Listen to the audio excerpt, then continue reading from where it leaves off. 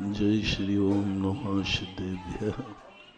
पंच परमेष्टि भगवान की आचार्य श्री गुरुवर कुंद कुंद महाराज की आचार्य श्री गुरुवर विद्यासागर महाराज की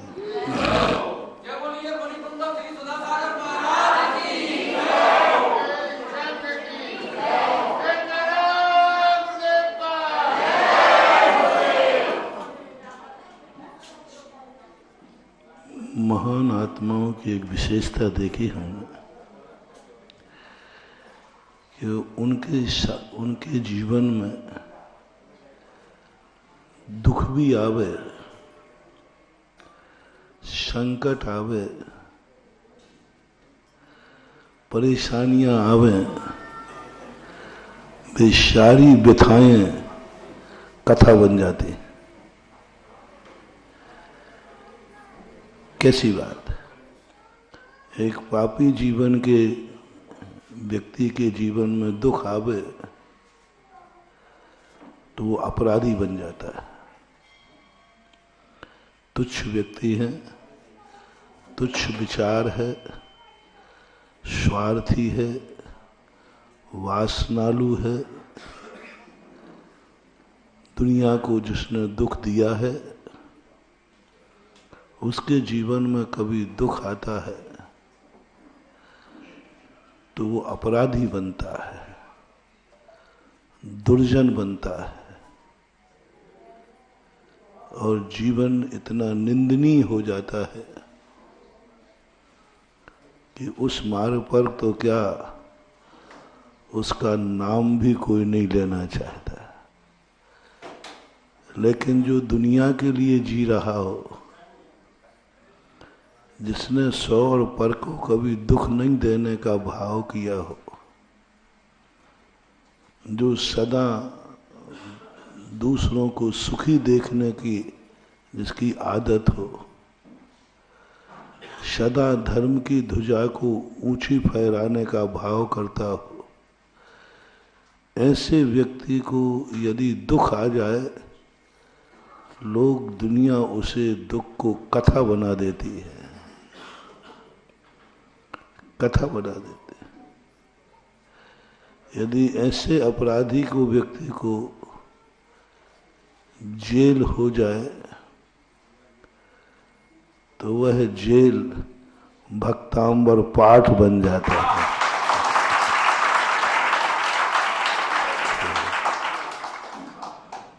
किसी पापी व्यक्ति को जेल हो जाए तो कह रहे अरे जेल में पड़ रहा है, और किसी महान आत्मा को जेल हो जाए तो भक्तांबर का स्थान बन जाता है, मंदिर बन जाता है। ये है महानता। हम महान क्यों हो जाते, क्यों महान की पूजा करते? वो महान क्यों है? क्योंकि वो पारस पत्थर के समान होते हैं। वो उनकी जीवन में आई हुई विपदा भी कथा बन जाती है। पापियों की चर्चा करने में पाप का बंध होता है, जेलियों की चर्चा करने में पाप का बंध होता है। चोर कथा भी कथा कहलाती है। 4 भी कथाएं होती है। आहार कथा, आहार खाने के बाद अब दिन भर आहार की चर्चा कर रहे हैं। आज तो मजा आ गया, आज तो ये हो गया, ये हो गया। अरे भाई अब काय को बेफालतू परेशान हो रहा है? और बुरा हो गया आहार, यार आज तो दिमाग बिल्कुल बेकार है, बोले क्या? ये कहलाती भी कथा। और शास्त्रों में आया कि आहार जैसा भी हुआ हो गया, अब उसकी कथा मत करो। एक स्त्री कथा होती है। अब दिन भर तुम स्त्रियों की कथाएं करते रहो, अब वो तो तुम्हारी किस्मत में जैसी लिखी थी वो तो मिल गई। अब उसकी भलाई करो चाहे बुराई करो, कुछ नहीं होने वाला। गोपाल दास जी बरैया वो कहते हैं कि अब क्या बुराई करना, वो तो मर गए। कुछ चीजें ऐसी होती हैं जिनको यथावत स्वीकार कर लेना चाहिए, क्योंकि वो बदली नहीं जाते। जो कार्य बदला नहीं जाता उसकी चर्चा नहीं करना चाहिए, क्योंकि बदला ही नहीं जा सकता, कैसा भी हो। माँ बाप कैसे भी हों, वो बदले नहीं जाते। उनके बुराई करने से कोई फायदा नहीं है, क्योंकि वो तो तुम्हारा जन्म हो चुका। अब उनकी बुराई करने से कोई फायदा नहीं है, भी कथा कहलाती है। क्योंकि बल्दियत एक ऐसी है जिसको कभी भी बदला। इसी प्रकार हमारी भारतीय संस्कृति में आपका एक बार विवाह हो गया, उसको बदला नहीं जाता। स्त्रियों को तो खास तौर से कह दिया गया, जैसा मिले। एक कहते हैं ना पति परमेश्वर। मैंने सोचा ये परमेश्वर कहाँ से हो गया?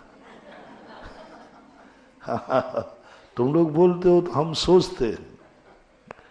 फिर मुझे पता चला कि स्त्री जाति एक ऐसी है कि उसको जो भी मिला, जैसा भी मिला, उसकी अदला बदली नहीं हो सकती। स्त्री के विवाह को काठ की हंडी के समान कहा है, जो कुछ नहीं बता सकता। भारतीय संस्कृति बता रहा हूं, आजकल की तो मामला बदला नहीं, उसमें जैसा मिला। कोड़ी मिला तो स्वीकार है, पागल मिला तो स्वीकार है। जो जैसा मिला उसकी बुराई करने से कोई फायदा नहीं। एक्सेप्ट करो, एक्सेप्ट करो बस, उसमें बदलाहट नहीं।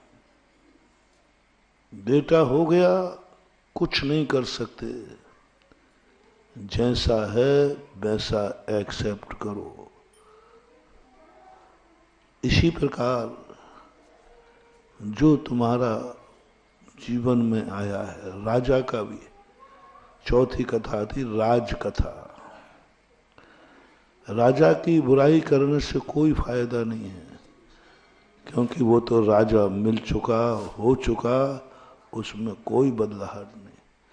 बल्कि राजा की बुराई करने से कितनी बड़ी बात कह दी जैनाचार्यों ने हम लोगों को, वृत्ति को। जो जैन मुनि कहीं नहीं डरता,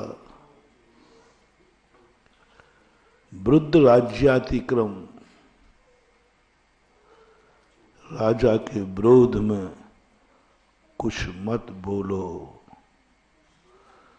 क्योंकि वो राजा है। रामचंद्र जी जब वनवास जाने लगे तो सीता को संबोधन करते हैं कि मैं वनवास जा रहा हूं, बस तुम्हें एक नियम लेना है कि तुम जब तक मैं यहां लौट के नहीं आऊं तब तक तुम मेरी प्रशंसा नहीं करोगे, और राजगद्दी पर जो मेरा भाई बैठेगा उसकी बुराई नहीं करोगे, राजमाता की बुराई नहीं करोगे। तो सीता कहती ये मेरे से कैसे हो सकेगा? जिस माता ने, जिस बेटे ने हमारा सर्वनाश कर दिया, उसकी मैं बुराई नहीं करूं और मैं आपकी प्रशंसा नहीं करूं, ये संभव नहीं होगा मेरे से। बोले ये नियम तो लेना ही पड़ेगा, लेना ही पड़ेगा। तुम मेरी प्रशंसा नहीं करना, जनता तुम्हारे पास आएगी, भरत से कभी गलती होगी तुम्हारे पास आएगी कि देखो राजा राम गद्दी पे बैठे होते तो आज ये दुखदेव, तो तुम प्रशंसा मत कर देना। राजगद्दी पर बैठने के बाद राजा किसी दूसरे की प्रशंसा सुन नहीं सकता, इस गद्दी का सबसे बड़ा दोष है। इस गद्दी पर बैठने के बाद बेटा भी बाप की प्रशंसा नहीं सुन सकता। राजगद्दी का सबसे बड़ा वीक पॉइंट बता रहा हूं। यदि राजा के सामने ये राजगद्दी पर बेटा बैठा और किसी ने कह दिया इससे अच्छा तो तेरे बाप का राज्य था, तेरे पिताजी राजा थे ना, तब बहुत शांति थी, बस खत्म हो गया, उसको बर्दाश्त नहीं होगा, वो सुन नहीं सकता, उसको आग लग जाएगी। क्योंकि राजगद्दी पर बैठने के बाद राजा का कोई बाप नहीं होता, क्योंकि वो सबसे बड़ा अपने आप को मान लेता है। बाप को भी अरेस्ट कर दे, क्या करेगा? कोई कानून नहीं है। राजा अपने मम्मी पापा को अरेस्ट करे, कोई कानून नहीं बचा सकता, कर सकता है, क्योंकि राजा है। हमारे शास्त्रों में ऐसे भरे पड़े हैं। कुणिक जैसा राजगद्दी पर बैठा सैनिक जैसा राजा आदेश दे दिया बंदी बना लो, सैनिक बंदी बना लेगा। मैं तेरा बाप हूं, मेरी चल, बोले हाँ बाप बाप कुछ नहीं होता, यहां तो राजा होता है, राजा होता। उनका विरोध चर्चा नहीं। सीता बस इसी बात को पकड़ ली। वैसे तो वो समझा रहे थे रामचंद्र जी तुम्हें वनवास नहीं जाना, सीता कोई जवाब नहीं दे पा रही थी। बस इसी बात पर उन्होंने पकड़ लिया, जिस राज्य में सत्य की प्रशंसा नहीं हो सकती और असत्य का प्रतिकार नहीं कर सकते, ऐसे राज्य में मैं नहीं रहूंगी। मैं नहीं रह, मेरे आएगी ही नहीं, मेरे मन में प्रशंसा आएगी, प्रजा प्रशंसा करेगी। प्रजा को भी रामचंद्र जी ने यही आशीर्वाद उपदेश दिया, जब तक मैं यहाँ नहीं हूँ कोई भी प्रजा राजा के सामने मेरी प्रशंसा नहीं करेगा। प्रजा का अंतिम संबोधन था ये रामायण के अनुसार। जो सीता को संबोधन है, तो सीता ने तो कह दिया कि मैं तो साथ चलूंगी, लेकिन प्रजा को जब उपदेश दिया कि तुम लोगों को एक ही, यदि तुम मुझे चाहते हो, यदि तुम मुझे चाहते हो तो प्रजाजनों एक ही नियम लेना, जो अयोध्या की राजगद्दी पर बैठे उसके सामने मेरी प्रशंसा मत करना। कितने ही दुख आवे, लेकिन ये मत बोलना काश आज राजा राम होते तो ये नहीं होता, ये शब्द नहीं बोल रहा। प्रजा भी कह दिया कि साहब ये तो नहीं हो सकेगा, मैं भी साथ चलूंगा, मैं नहीं रहूंगा, आपकी प्रशंसा किए बिना मैं जी नहीं सकता, और आप जैसा राजा कोई हो नहीं सकता, और राजा गलती करेगा, मैं आपकी प्रशंसा चर्चा नहीं करूं, हो नहीं सकेगा। बोले नहीं, तुम लोग नहीं जानते हो राजनीति, ये प्रशंसा तुम्हारे लिए संकट का कारण बन सकती है, संकट का कारण बन सकती है। क्योंकि राजा से बड़ा कोई भी नहीं, महाराज भी नहीं, साधु भी नहीं। कानून में साधु बड़ा नहीं है, कानून बड़ा है, कानून बड़ा है। साधु मानू ने अपनी श्रद्धा भक्ति में है। यहां तक कि कानून की दृष्टि में भगवान भी बड़ा नहीं है, कानून बड़ा है। भगवान को भी कानून बड़ा है। देख लो रामचंद्र जी को किसकी बात मानना पड़ी? कानून की,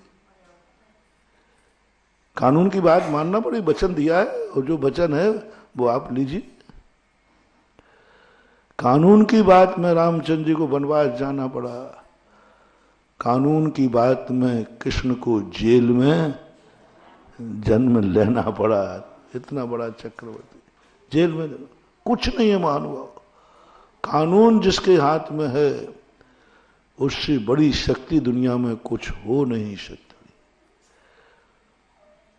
प्रजा ने कह दिया ठीक है मैं चलूंगा तुम्हारे साथ। अब रामचंद्र जी घबरा गए। अब जंगल में हमारी खुद की व्यवस्था होना मुश्किल है, और उसमें लक्ष्मण और पीछे लग गया। चलो पुरुष लग जाए तो लग जाए, एक जनाना सवारी और हो गई। 100 पुरुषों की यात्रा, इतनी परेशानी का, यदि एक जनाना सवारी हो तो आफत है। रामचंद्र जी ये कहते हैं जनाना सवारी, और बोलो जंगल में जो जितने कष्ट आए किसके कारण आए? जनाना सवारी से। यदि दोनों ही भाई होते ना तो इतना नहीं, वो जनाना सवारी ने गड़बड़ कर। एक जनाना सवारी और 2 महावीरों को संकट में डाल दिया। यही पांडवों का हो। 5 पांडवों को वनवास हो जाता तो कोई बात नहीं थी, लेकिन एक जनाना सवारी थी द्रौपदी। द्रौपदी जनाना सवारी ने अपहरण करके कहा धात की खंड में जाकर अपहरण करा दिया। समुद्र पार करना पड़ा, बचने की कोई गुंजाइश नहीं थी पांडवों की, मात्र एक जनाना सवारी कर। ये 3 चीजें, जर जोरू और जमीन, ये 3 चीजें ऐसी है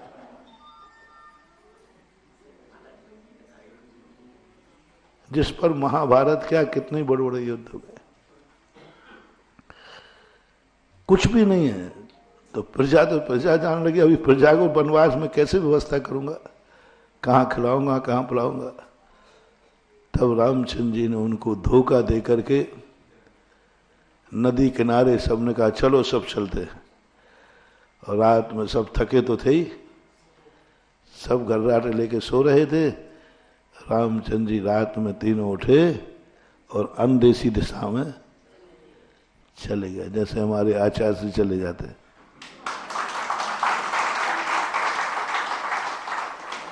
कोई मतलब नहीं, पूछे पाछे नहीं, इतने भटकते हमारे आचार्य श्री। तो हम लोग कहते महाराज जी देखो पहले पूछ लेते तो भटकते तो नहीं। बोले भटकने के तो मजा है। ऐसे भटक जाते हैं कई बार। सन 1981 में पूज्य गुरुदेव ऐसे ही चल पड़े, किसी को नहीं बताया। 2 रास्ते थे, एक में समाज थे एक में समाज नहीं थी। अब वो किसी को बताना तो है नहीं, अब स्वयं को पता नहीं है। और बोले ये रास्ता ठीक दिख रहा, चल दिए। अब उस रास्ते में सन 1981 में संघ बहुत छोटा था, 9 साधु 7 साधु थे, और 60 किलोमीटर तक कोई समाज नहीं। सब कह रहे महाराज जी आपको जाना कहाँ है बता दो, ये रास्ता ठीक नहीं। वो तो बताने को तैयार नहीं। महाराज जी कहाँ जाना है आप बता दो तो रास्ता आपको हम रोकेंगे नहीं, ये तक कह दिया। हम सही रास्ता तो बता दें, ये पता नहीं कहाँ जा रहा है, जंगल की तरफ जा रहा है। अरे चले गए। अब जंगल, घनघोर जंगल, आदिवासियों का जंगल, हम उस समय क्षुल्लक थे। अब वहां जाकर के 10 बज गए तो कोई झोपड़ी भी नहीं, एक आदिवासियों के खप्पड़ का एक बरांडा था, वहीं जाके बैठ। अब आप आगे पीछे कोई नहीं, नागपुर के पास थे तो नागपुर के एक जिजानी परिवार था, वो चौका लेके भागा। अब जंगल में महाराज है, तो एक चौका मुश्किल से आ पाया, वो भी मुश्किल से 60 किलोमीटर के, वो बहुत दूर था नागपुर। आते ही अब सब भोजन पानी तो बन गया परगहान के लिए। अब वो क्या बोला, महाराज जी मैं पाटा लाना तो भूल ही गया। अब जल्दी जल्दी में पाटा भूल गया। अब महाराज को बैठा लेकर आए। एक पाटा था तो वो आचार्य से काम आ जाता, पर और महाराज थे, ये कैसे बैठे? तो मेरे हम लोग पास आए, महाराज जी आज गड़बड़ हो गया, पाटा नहीं ला पाए। और उस जंगल में पत्थर भी नहीं, पत्थर थे तो वे गोल गोल बटाइयाँ छोटी छोटी होती ना। मैंने कहा ऐसा करो जंगल में पत्थर मत्थर देखो। बोले महाराज वो सब ढूंढ के आ गया हूँ। अब इसकी समस्या कौन समाधान करे? तो हम लोग आचार्य से ऐसे दूर बैठे थे सामने पेड़ के नीचे। हम लोग आचार्य भैया वृत्ति की, भैया महाराज जी ये बताओ, पहले जंगलों में महाराज चौके लग जाते थे, महाराज होते तो उस समय पाटे नहीं होते तो क्या करते होंगे उच्चारण?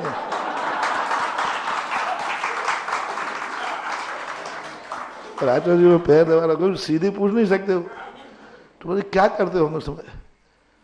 सो आचार्य जी ने क्या किया, वही मिट्टी रखी थी, मिट्टी ऐसी मिट्टी उठाई इतनी सी, और बोले ये हो गया ना उच्चासन।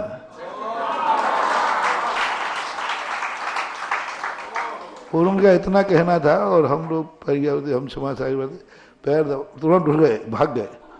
तो आचार्य ने कहा ये लोग एकदम बात करते करते भाग के से गए, अपना काम तो हो गया, आपके लेना देना क्या है, अपन पैर दबाने थोड़ी गए थे।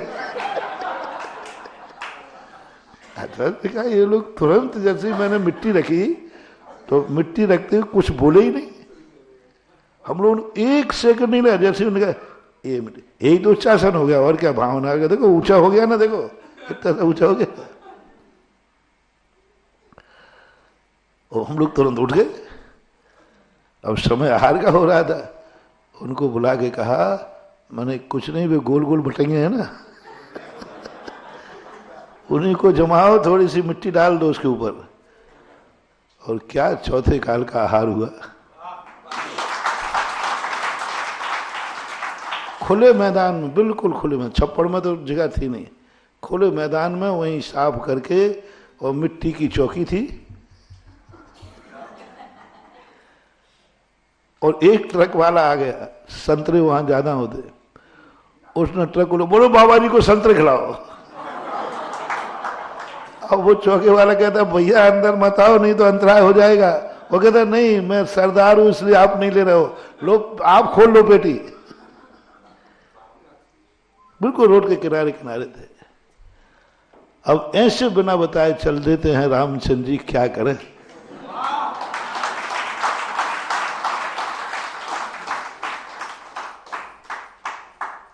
एक बार आहार करके ही चल दिया। अब बेचारे श्रावक भोजन करेंगे नहीं, चौके में से ही चल दिया, चौके से सीधे ही निकल गए। एक बार यहां भी हुआ था, तुम्हारे ग्वालियर से आगरा आए थे, जब राजस्थान जा रहे थे 79 में, तब ग्वालियर से सीधा बिहार किया चौके से ही, और सीधा मुरैना। उस दिन 41 किलोमीटर शाम तक चले, जितना भी हो, ग्वालियर से मुरैना। और लश्कर से चले थे, और रास्ते में 9 किलोमीटर पे सामायिक की, और फिर रास्ते में सबसे कह दिया रास्ते में कोई लघु शंका गया तो उसकी जिम्मेवारी मेरी नहीं होगी, है ना। सूसू बंद करा दी सबकी, क्योंकि उतनी देर में 1 किलोमीटर आगे निकलूंगा मैं। शाम को पहुंचे तो समय, उस समय भी हार से निकल गए। अब कोई रास्ता बताने वाला नहीं, एक बाहर का व्यक्ति था, उसको भी पता नहीं। अच्छा, एक छोरा बोले इससे पूछ लो, राहगीर था, एक बकरी चरा, भैया हीवर खेड़ का रास्ता कहाँ जाता है? तो बाबा जी चले जाओ सीधे। और सीधा रास्ता बताने के बाद वो बहुत जोर से हंसा। तो मैंने कहा आचार्य जी वो हंस रहा है, कहीं ऐसा गलत रास्ता तो नहीं बता दिया? तो आचार्य जी अपन ने उसका क्या बिगाड़ा जो गलत बताएगा? वो हमारे दिगंबरत पे हंस रहा होगा, नग्न रहता ना, इस पे हंस रहा होगा, और उसने गलत रास्ता बता दिया। कड़ाके की ठंड, यही महीना लगभग दिसंबर जनवरी का, इतनी कड़ाके का, चलते चलते चलते इतना अंधेरा हो गया, जंगल में, घनघोर जंगल, जंगल पार हुआ, ऐसे देख के चल रहे, कुछ अता पता नहीं। अब क्या करें? एक खेत था कड़वी, वो जुनार होते ना, जुआर के डंठल होते बड़े बड़े, वो एक खेत आदिवासी का था, वहीं जाके सब लोग बैठ गए।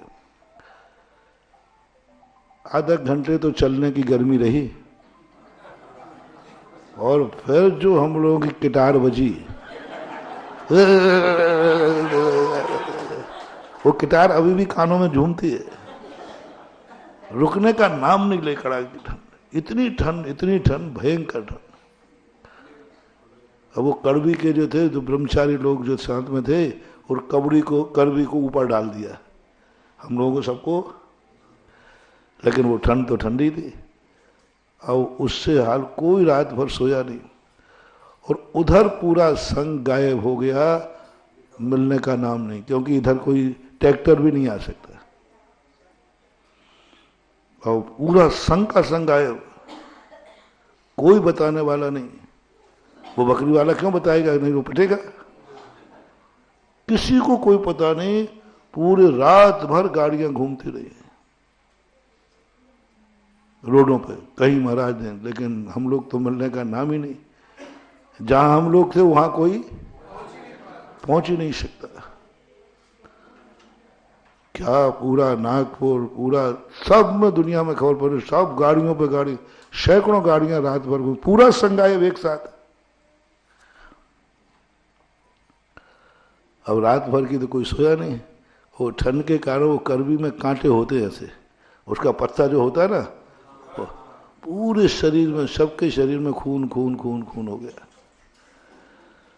सुबह उठे, आचार्य कहते हैं अब कहाँ चलूं?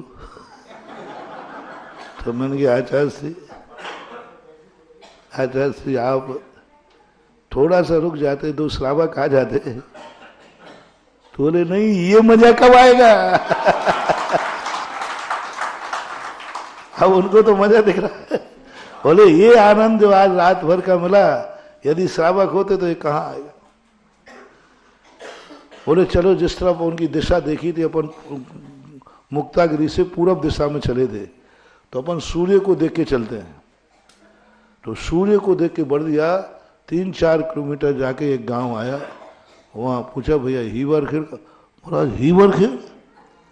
हीवर खेर तो आप 20 किलोमीटर दूर छोड़ा है। ओह, और कोई गांव नहीं वहां। उससे कहा भाई तू कम से कम हीवर खेर का रास्ता तो बता दे। वो रास्ता बताने गया, जैसे हम रोड पर लगे, गाड़ियां तो घूम ही रही थी। तुरंत गाड़ियां इकट्ठी हुई, और सुबह से चलते 6:45-7 बजे निकले, चलते चलते 12 बजे हम लोग हीवर खेड़ पहुंचे। कितने घंटे हो गए? 7 बजे, 6:45 पे निकल गए थे। अब हमने कहा कि अच्छे गुरुजी के चक्कर में पड़े। हम लोग बिल्कुल नए थे, उसी से पहले ही चतुर्मास था, दीक्षा हुई थी। हम लोग भैया अब ऐसे ही निकलने हैं जिंदगी। आपसे में सब हम उम्र के थे ना, सब एक ही क्लास कॉलेज में तो पढ़े हुए थे। तो बस अब वहां जाके 12 बज गए। अब भोजन पानी अभी कुछ नहीं मिल रहा है। आज सामयिक का समय हो गया है। अब सामयिक करो। और हम लोग जो नए नए लोग थे, इन सबको तो चक्कर आ गया। उसके 2 कारण, एक तो रात में नींद नहीं आई, दूसरा गर्मी चढ़ गई, तो बस जाते ही गिर जाते थे, चक्कर आने लगा। 2-3 महाराजों का। आवाज का ऐसा करो, तुम लेट के समय कर लो, सोना मत। और बस आहार के बाद एक सज्जन था, छिंदवाड़े का बालक। हम लोग उस समय मीठा वगैरह कुछ लेते नहीं थे। तो आचार्य ने कहा ऐसा करना, आज इनको थोड़ा दूध में बूरा मिला करके दे देना, तो इनका चक्कर, पानी में मत देना, ठंडा करेगा। दूध में दे देना। अब उसने ला के दिया। बोले आज आप मना नहीं करोगे, आचार्य ने कहा है।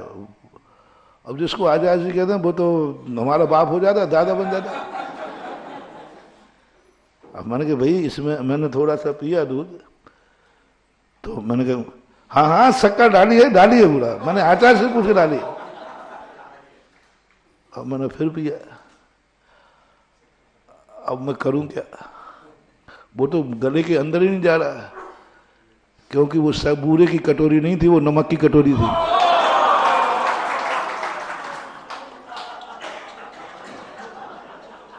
सन 1981 का संस्मरण याद आ गया है। अब मैं कहूं, वो कह रहा हाँ हाँ मैंने डाला है। अरे मैंने कहा तेरे बाप मैंने नमक डाला है कि क्या डाला।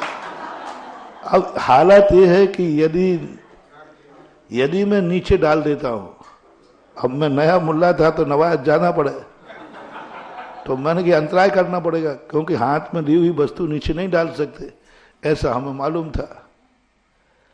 तो अब वो नीचे डाल नहीं सकते कि भाई डाल करके या तो अंतराय करो या पियो। दो ही रास्ते मेरे पास थे, या तो अंतराय कर दूं और या पियो।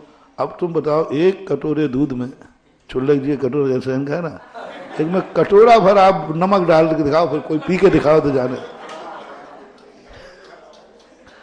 और अंतराय करूं तो अभी एक स्थिति खराब हो रही थी, तो जैसे तैसे पिया, लेकिन पछने का तो सवाल नहीं। जैसे पिया, पूरा ही नहीं पिया, उसमें उल्टी हो गई। उल्टी होती बमान हो गया, अंतराय हो गया। तो आचार्य से बोले क्या हो गया? बोले अच्छा ये तो सब आपकी कृपा है। हमने आचार्य से कहा तो मुझे सब आपकी कृपा है। तो बोले मेरी क्या कृपा, मैंने तेरे लिए अच्छे के लिए कहा था, अब तेरी किस्मत ही खराब थी कि पूरा नमक बढ़ गया, मैं क्या करूं। आचार्य ने बहुत मजे लिए। देखो ये कहलाता है, मैंने नियम तोड़ाया इसका और इसका भला भला सोचा, लेकिन किस्मत विपरीत होती है, तो बूढ़ा के स्थान पे क्या डल गया? नमक डल गया। और दोनों एक से दिखते हैं, दोनों एक से दिखते हैं। लेकिन अब आचार्य से तो आचार्य बिना पूछे चल देते। बहुत बार ऐसा होता है। अभाना के अंदर बैठे थे हम लोग, सब स्वयंभू पढ़ रहे थे। आचार्य से उठे, कमंडल लेके चल दिए। तो हम लोगों ने समझा कि शायद शौच जा रहे होंगे, जल्दी शौच जा रहे होंगे, तो इसलिए चलो हम लोग अपनी भक्ति कर रहे थे, आ जाएंगे लौट के। एक लड़का साथ हो, कोई साथ नहीं। अब वो आचार्य से कहते, वो लड़का कहते महाराज जी अब कहाँ जा रहे हो? महाराज जी शौच का स्थान तो ये निकल गया। शौच का स्थान निकल गया, 2, 2.5, 3। अब वो बच्चा रो पड़ा कि कोई भी नहीं है और मैं अकेला हूं, महाराज जी रुकने का नाम नहीं ले रहे। 10-12 साल का बच्चा होगा। अब वो रो पड़ा, बोलो महाराज जी आप कहाँ जा रहे, पहले ये बताओ। कुछ नहीं बोले। पर उधर से एक साइकिल वाला आ रहा था, उससे उस बच्चे ने कहा महाराज जी रुक नहीं रहे। अब वो कहता है, वो बच्चे देखो अकल देखो उस बच्चे की, यदि मैं लौट के जाऊं तो आचार्य से अकेले पड़ जाएंगे, और नहीं लौट के जाऊं तो पता बाबा जी कहाँ जा रहे हैं। उसने साइकिल देखो, उसकी अकल देखो। उसने कहा महाराज जी को अकेले तो नहीं छोड़ूंगा, अकेला तो नहीं छोड़ूंगा। वो पीछे लग गया, साइकिल वाले से कह दिया तुम गांव में कह देना महाराज जी पता नहीं कहाँ जा रहे हैं, वो रुक नहीं रहे हैं। गांव में हल्ला हुआ। हम लोग जल्दी दुपट्टा मोटा समेटा, भागो। 5 किलोमीटर आचार्य निकल गए, तब हम लोग यहां से चले। तो ये स्थिति बन जाती है जब अनियत विहार हो जाता है, लेकिन उसका मजा एक अलग होता है।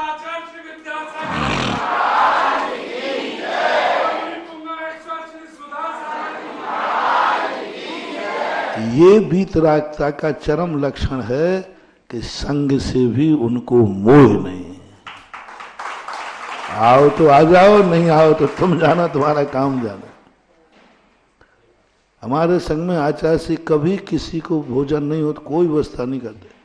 शुरू शुरू में 5 ब्रह्मचारी थे। पहले ही चतुर्मास हुआ वहां मुक्तागिरी में, हमारी दीक्षा के बाद पहला चतुर्मास। रास्ते में महाराज लोगों को तुम पड़गान कर लेते हो, ब्रह्मचारियों को तो, ब्रह्मचारियों को तो कई बार पूछते ही नहीं। महाराज का पड़गान हो गया, हम लोग आज, और 5 ब्रह्मचारी कमरे मंदिर में बैठे, कोई लेने नहीं आया, कोई लेने नहीं आया। अब 12 बजे जब आचार्य श्री लघु शंका को निकले तो ब्रह्मचारी मंदिर के दरवाजे बैठे थे। बोले क्यों ब्रह्मचारी यहाँ क्यों बैठे? बोले अभी कोई आहार को बुलाने नहीं आया। देखना हम भी साथ में थे, मतलब ब्रह्मचारी नहीं, हम चुल्लक थे। तो आचार्य श्री ने ये नहीं कहा हम लोगों से कि इन ब्रह्मचारियों को भिजवा दो कहीं, नहीं। श्रावक खड़े, उनसे नहीं कहा ब्रह्मचारियों को ले जाओ। क्या कहते हैं? ब्रह्मचारी जी 12 बज गए, आधी टाइम तो निकल गई, उपवास ही ले लो। मैंने कहा ये तो भूखों मारेगा सबको। मतलब इतना सा भी नहीं कि किसी से कहते ब्रह्मचारियों को, भले कहते अब 12 तो बजेगी, अब 1:30 बज जाएगा, उपवास ही ले लो, पुण्य लग जाएगा। और कह के आचार्य से लघु शंका चले गए। यानी उनकी निरीह वृत्ति की जो चर्या हमने देखी शुरू से, और वो निरीह वृत्ति ही सबसे बड़ी। और वो अपन जो रामचंद्र जी की बात सुना रहे थे ना, अभी इसमें सब जोड़ दूंगा, चिंता नहीं करना, सब मटेरियल फैल गया है, वेल्डिंग करेंगे अपन। उधर रामचंद्र जी ने सबको रात में छोड़ते हुए, ये धोखा नहीं था। बोलो रामचंद्र जी ने सबको सोते हुए छोड़कर रात में चुपचाप भाग जाना धोखा था? नहीं, ये व्यवस्था थी। बोलो यदि सबको छोड़ के नहीं जाते तो क्या ये स्थिति बनती? कौन व्यवस्था करता, क्या करता? अब उनका वो संकट भी राजकथा की बात कर रहा हूं, इसलिए रामचंद्र जी ने वहां कहा राजा की कथा नहीं करना और मेरी प्रशंसा नहीं करना और राजा की निंदा नहीं करना। कितना भी राजा निकृष्ट हो, क्योंकि राजा अपनी निंदा सुनना पसंद नहीं करता। कितने सज्जन हो, आपका तो भैया भरत है, वो भी नहीं सुन पाएगा। आप तो बड़े भाई हैं, बड़े भाई की प्रशंसा भरत नहीं, भरत छोटा था कि बड़ा? तो रामचंद्र जी की प्रशंसा क्यों नहीं सुन पाएगा साहब? बोले भरत तो रामचंद्र जी की प्रशंसा सुनेगा, लेकिन राजा भरत नहीं सुन पाएगा। ये गद्दी का सबसे बड़ा दोष है। भरत तो सुन लेगा भैया की प्रशंसा कि हमारे रामचंद्र जी अच्छे हैं, लेकिन राजा भरत, क्योंकि राजगद्दी का ऐसा है, राजगद्दी के बाद बैठने के बाद उस व्यक्ति को कोई बड़ा नहीं दिखता, क्योंकि उसके हाथ में कानून होता है। किसी को भी बंदी बना ले, किसी को भी कुछ कर ले। इसलिए जैन आचार्यों ने कहा राजकथा नहीं, राजा के दोषों पर विचार नहीं, विरुद्ध नहीं चलना। और स्थिति इतनी बन जाए चुपचाप रह जाओ, मौन रह जाओ, क्योंकि राजा और जनता जब भी अपराध करेगी, अपराध बढ़ेंगे। ये छोटे लोगों का, ये राजनीति का पॉइंट है, ये संसार नीति का पॉइंट है। एक बेटे को भी तुम 3-4 दिन बुराई करके देख लेना, देख लेना, वो 2-3 दिन बाद पापा टोका टाकी कुछ ज्यादा ही हो रही है, नहीं हो तो तुम करके देख लेना, देख लेना। एक है पापा देखो आप पापा हैं इसलिए मर्यादा रख रहा हूं, अब थोड़ी अति हो गई, और थोड़ा बड़े होने के बाद पापा वो खुद ही कह देगा पापा मैं आपकी बराबरी का हो गया, अब भी आप हमें बुद्धू समझते हैं? कोई नहीं सुनेगा। अच्छा वो और से छोड़ो, तुम 2-3 दिन अपनी पत्नी की बुराई करके देखना ना, करना तो सही, और नहीं हो तो उसके पीहर की करके देख लेना।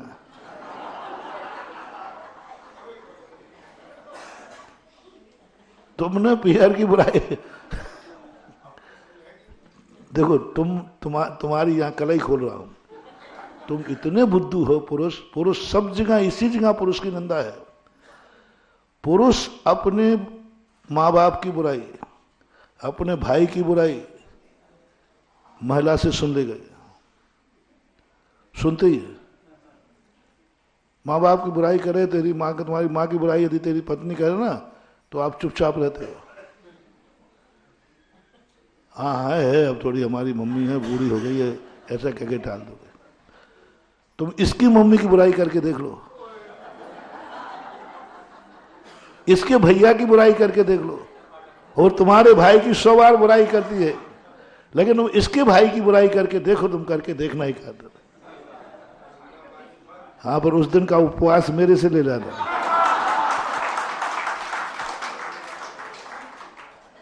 पीहर की बुराई सुन ही नहीं सकती है, इसलिए कभी भी कैसी भी पत्नी हो बुराई नहीं करना, पीहर की बुराई नहीं करना। जो संबंध टूट नहीं सकते उनके दोषों की आलोचना नहीं करना, क्योंकि तुम्हें एडजस्ट करना पड़ेगा।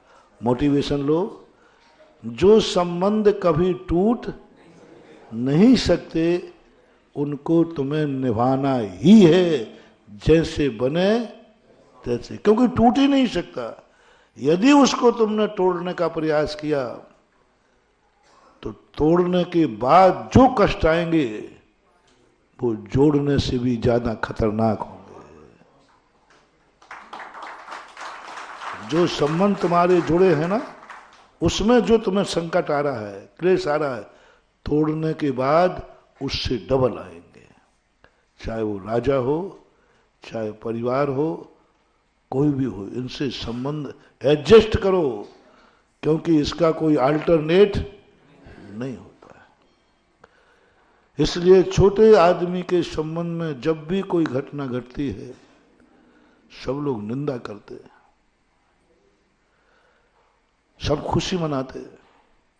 और महान आदमी की विशेषता बता रहा हूं, महान आत्मा के जीवन में जो कुछ भी संकट आता है वो कथा बन जाती है, उसकी चर्चा करने में पुण्य है। एक पापी को सजा हो गई, उसकी चर्चा करने में पाप है, जिसके लिए मैंने कथा सुनाई। और एक धर्मात्मा को जेल हो गया, उसकी चर्चा करने में पुण्य है। किसी पापी को देश निकाला दिया जाए, उसकी चर्चा करने का मना किया गया, क्या चर्चा कर। और रामचंद्र जी को देश निकाला दिया गया तो रामायण लिखी गई, कथा बन गई, व्यथा कथा बन गई। यानी महान आत्मा वो है, उसकी जिंदगी में जो कुछ भी आएगा सब धर्ममय हो जाएगा, सब धर्ममय हो जाएगा। पारसनाथ के संकट आया, वो पुराण बन गया। रामचंद्र जी पे आ गया, रामायण बन गई। मानतुंग आचार्य महाराज पे आ गया, भक्तांबर बन गया। और उनकी दुखमयी कथा, सुखमयी कथा नहीं कह रहा हूं मैं, सुखमयी कथा नहीं कहलाती, सुखमय तो गुणानुवाद कहलाता है। महान आत्माओं के जीवन के सुख के जीवन याद नहीं करना।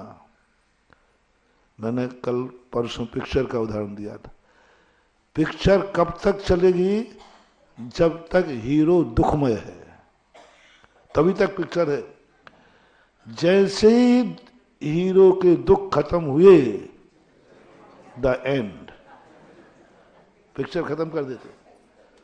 अब मैं सोचता हूं कि अभी तो उसके थोड़े देर 4 दिन अच्छे आए, पूरे 3.5 घंटे, 3 घंटे होते, 2.5 घंटे, 3 घंटे तो बेचारा संकट ही संकट में पड़ा रहा। अब जैसे ही खलनायक मरा, तो अब वो शांति से जिएगा? वो तो कथा बताओ, नहीं, खत्म। यानी पिक्चर कहां तक है?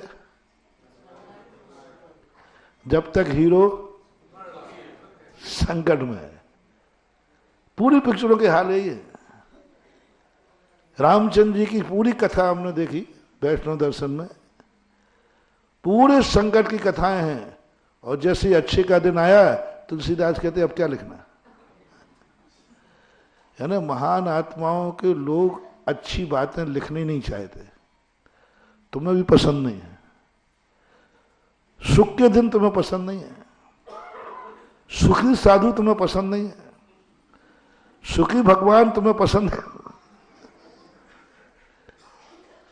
24 तीर्थंकर सब सुखी रहे, उनको तुम पसंद नहीं करते। कौन पसंद है? क्यों गए? क्यों? क्या बात है, क्या बात है? हमें ये बता दो, पारसनाथ में हमारे पुष्पदंत महाराज में क्या अंतर है बताओ? पुष्पदंत भगवान है क्या? पुष्पदंत भगवान को यदि कम रेट में भी देवे ना, और पारसनाथ का हम रेट बढ़ा देवे, तो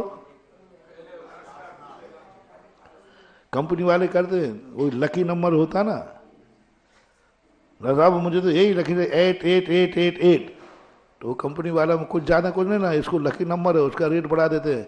लकी नंबर चाहिए, 2 महीने बाद मिलेंगे, 2 लाख ज्यादा लगेंगे। तो अपन भी ऐसे ही करते कभी। पुष्पदंत भगवान, श्रेयांसनाथ भगवान, विमलनाथ भगवान, अजित संभव आदि भगवान, इनमें क्या कमी है ये बता दो। और पारसनाथ में क्या? अनंत सुख वो भोग रहे, सबके समोषण एक समान थे। इतना भेदभाव तुम लोग क्यों करते हो? कुछ नहीं मिला, मुझे तो कुछ नहीं मिला, बस एक ही मिला, उनके जीवन में संकट नहीं आए, इनके जीवन में। और तुम्हें वो भगवान चाहिए जिस पर संकट जम के आए हो। अब हम लोगों को यदि तुम्हारी पसंद बनाना है तो पहले हमें क्या करना पड़ेगा? अरे पिक्चर हिट तो करनी है, अब कैसे करें? अब पिक्चर हिट करने के लिए निर्देशक हीरो की दुर्गति कराएगा, क्योंकि जब ही चलेगी पिक्चर। और यहां भी यही देख लिया मैंने, तुम्हारे मंदिरों में देखे चित्र बनते हैं, एक भी सुखी साधु के चित्र नहीं बनते। किनके बनाओगे? जिनको घानी में पेला गया, उन 700 मुनियों को जिनको आग में डाला गया, उनको जिनको शेरनी खा रही है। अरे वो महाराज भी तो है जिनको कोई एक धूल भी नहीं फेंकी किसी ने, उनकी फोटो एक मंदिर में नहीं मिलती। मिलेगी वो महाराज बैठे हैं और शेरनी खा रही है, शेर झपट रहा है। आखिर तुम लोग क्या नियत चाहते, क्या हो तुम्हें तो बताओ। उन्हीं का चित्र बने। ऐसा कोई मंदिर नहीं होता जिनमें, अच्छा सतियों में कोई अच्छी सतियां नहीं हुई क्या, जिनके जीवन में संकट नहीं आए हो? हुए हैं, बहुत सारी हुए। उसी के बनाओगे मैना सुंदरी का, उसी का बनाओगे सती सीता का। शीलवान और भी हुए हैं, नहीं सुदर्शन का बनाओगे। नमोकार मंत्र अकेले अंजन चोर कोई सिद्ध नहीं था, और कोई महाराजों को भी था, लेकिन तुम्हें तो वही पसंद है ना। इसका रीजन मैंने बहुत दिनों के, बरसों लगे मुझे समझ में नहीं आता कि अच्छे महाराज कोई हुए ही नहीं। जित मंदिरों में देखो उन्हीं महाराजों, कोई शेर खा रहा है, कोई श्यालनी खा रही है, कोई तीर मार रहा है, कोई घानी में फिर रहा है। अरे मैंने कहा ये क्या बात है, कोई अच्छे महाराज हुए ही नहीं जिनके जीवन में कोई संकट। भगवानों को सब देखा तो सब अच्छे ज्यादा हुए, लेकिन तुम्हें पसंद नहीं है। क्यों? अब मैंने इसकी खोज निकाल ली। जितना संकट वाला व्यक्ति होगा, उसके दर्शन करने से आत्म शक्तियां जागती हैं, विल पावर जागता है। और जिसका जितना जीवन सुखी होगा, शक्तियां सुप्त पड़ती हैं, लोभ जागता है, शक्तियां कम होंगी। पारसनाथ को देखते ही मरने वाला भी जिंदा रखने का भाव करेगा। कितने भी हम विचलित हो गए हों, मैंने प्रैक्टिकल किया, बहुत सारे महाराजों का मैंने चिंतन किया। जब मेरे ऊपर कोई मच्छर वगैरह काटते हैं तो हम भरत चक्रवर्ती का ध्यान करते, तो मन कहता है उनको मच्छरों ने काटा ही नहीं। इतने जल्दी बहाना बनाता है, उनको तो कुछ हुआ ही नहीं, सुखी आदमी, इसलिए वो नहीं घबराए। और जैसे सुकौशल महाराज का ध्यान करता हूं, मन से देख ले मुनि दशा ऐसी होती है, मन कहता अब क्या बहाना बनाऊं। देख ले शेरनी खा रही ना, बोले खा रही है, फिर भी डिग रहे कि नहीं डिग रहे, बोले नहीं डिग रहे। तो तू तो मच्छर में डिग रहा है, बोले नहीं डिगूंगा, सामायिक हो जाती है। 8 राम और हुए, 9 राम होते हमारे यहाँ, लेकिन दशरथ पुत्र राम की दुनिया जिंदा क्यों रखे हुए? एनर्जी है। जब कोई जिंदगी में संकट आते हैं, रामचंद्र जी कथा सुनाता हूं मैं, लोगों के आंसू सूख जाते हैं। मैंने कि देख लो तद्भव मोक्षगामी राम की ये दशा है, तो तू किस खेत की मूली है? हाँ महाराज, छोटे आदमियों को बड़े लोगों के संकट गिना दो तो छोटा चुप हो जाता है, क्योंकि वो जानते कि संकट बड़ों को नहीं छोड़ रहे तो मुझे क्या छोड़। और कई बार उल्टा हो जाता है। एक बहुत अच्छा जोक है। एक प्लेन पापा के पैर पे से स्कूटर निकल गया तो चोट लगी। बेटा स्कूल से, पापा क्या होगा? बेटा बेटा मेरे पैर पे से स्कूटर निकल गया। तो छोकरा था, बस पापा इतने ही में रोने लगे। बोले बेटा स्कूटर निकल गया? बोले बस इतने ही में। कल मैं छत पे बैठा था, मेरे ऊपर से प्लेन निकला था, मैं तो नहीं रोया।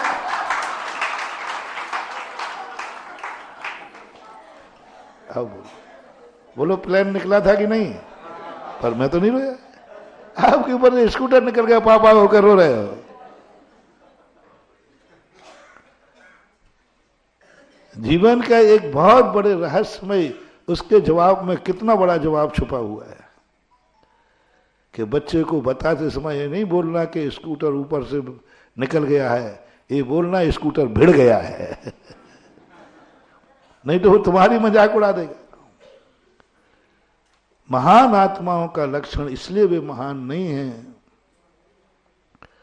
कि उनके पास गुण है,